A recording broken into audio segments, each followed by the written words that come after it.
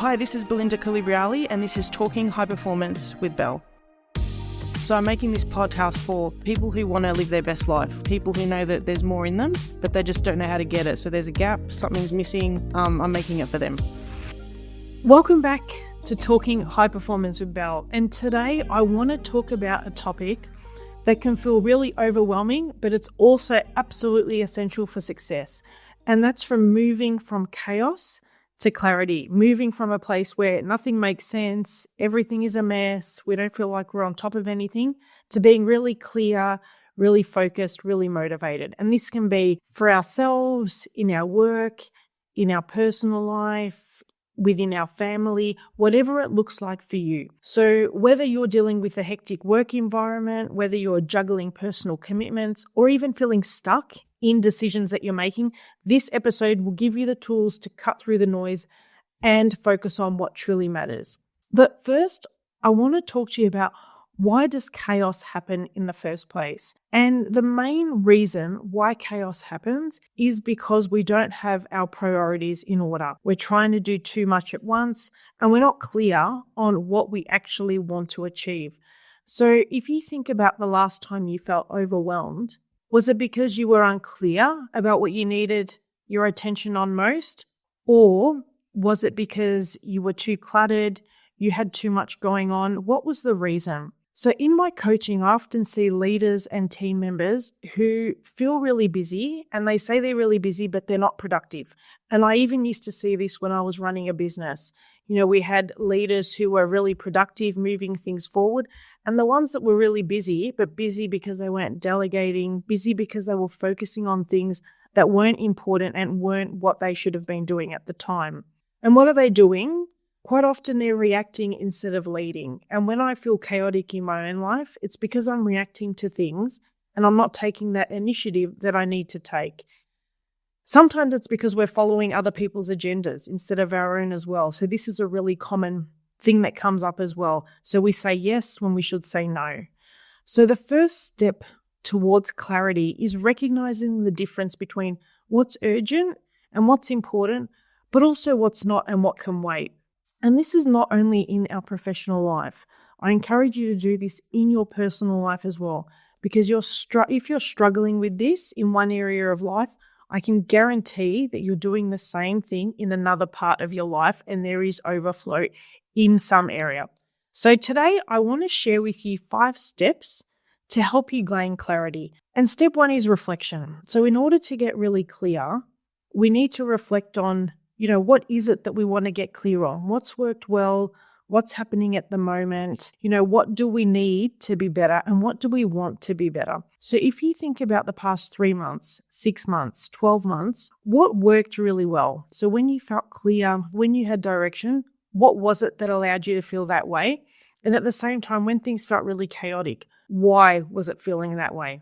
So that's step 1, all around reflection. Step 2 is to set clear intentions. So if your goal is to be more productive at work, set clear intentions on why is this important? What specifically do you want to be more productive with? When can you be more productive? So set the intention. I want to achieve this and this by this date. So get really clear, as clear as you can. Then step 3 is to identify the needle movers. So what will move you forward? So once you're clear and you've reflected on what works, what hasn't, once you've set that intention, what will be the needle movers to help you make this a reality? So what are the things that will get you from where you are now to where you want to be? So identify what they are. Then step 4 is to create a plan. So what does it look like? In order to get me there, what do I need to do? What needs to change? Who do I need to reach out to? Who do I need help from? When can I get this help? And begin to create that plan and get as specific as you can. And then step 5 is to adjust and be flexible. Things will always arise where we need to adjust, where we need to tweak, where we need to be a little bit more flexible in our thinking. And sometimes that can be hard, especially if you're a bit of a control freak like me. But we need to be flexible in our thinking and go, okay, this is how I thought it was going to be. This is what I thought it was going to look like. In fact, this may be a little bit better, or this might be, a little bump in the road. What can we do to adjust and be more flexible if this is something that's really important to us. So that's step 5. So if we go through those steps again, reflection, step 1, setting clear intentions. Step 2, identify the needle movers. Step 3, create a plan is step 4, and adjust and be flexible is the 5th step. So if I take a client of mine, Emma, who was managing a large project at work but constantly felt like she was putting out fires. We went through these 5 steps, which wasn't easy in the beginning, but by implementing them and tweaking, she was able to much more easily identify her top 3 priorities, and she could delegate the rest. So instead of feeling like she was always putting out fires, she was in charge. And when she took charge of the overall project, the fires weren't as frequent. Not to say there wasn't any, but they weren't as frequent. And quite often she wasn't the one that needed to put them out either. So what happened to Emma? Her stress levels dropped, but her team also thrived because finally they understood what was expected of them and they felt empowered by the extra work and responsibility they had. Now, I'm not saying it's easy. Emma was a bit of a control freak at times, but the more that she empowered her team, the more capable she realized that they were.